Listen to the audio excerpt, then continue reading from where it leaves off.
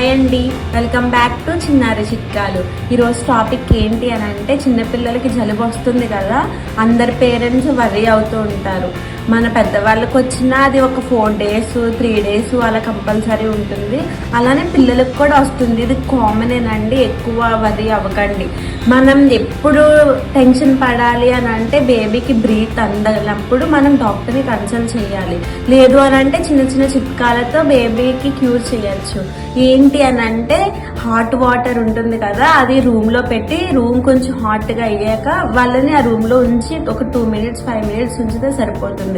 లేదు అని అంటే గీజర్ ఉంటే వాటర్ బకెట్లో వాటర్ నింపి అప్పుడు ఆ రూమ్ అంతా వేడిగా అవుతుంది కదా వాష్రూమ్, అప్పుడు అక్కడ 2 minutes అయినా ఉంచినా సో సరిపోతుంది. చిన్నపిల్లలకి హెల్త్ ఇష్యూ ఏమైనా వస్తే వాళ్ళని మంచి హక్ చేసుకొని క్యూర్ చేసి వాళ్ళ దగ్గరే ఉండి వాళ్ళకి మంచి పాటలు పాడుతూ వినిపిస్తూ ఉండండి. ఎందుకంటే వాళ్ళు నవ్వుతూ ఉంటారు, యాక్టివ్ అవ్వడానికి ఛాన్సెస్ ఎక్కువ ఉంటాయి.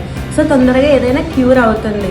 అంతే, ఏం పెద్దగా వరీ అవ్వకండి. వాళ్ళకి బ్రీతింగ్ అందట్లేదు అని అనుకుంటే డాక్టర్ని బట్టి కంపల్సరీగా కన్సల్ట్ చేయండి. లేదు అని అంటే ఇంట్లో చిన్న చిన్న రెమెడీస్తో వాళ్ళకి క్యూర్ అయితే అయిపోతుంది.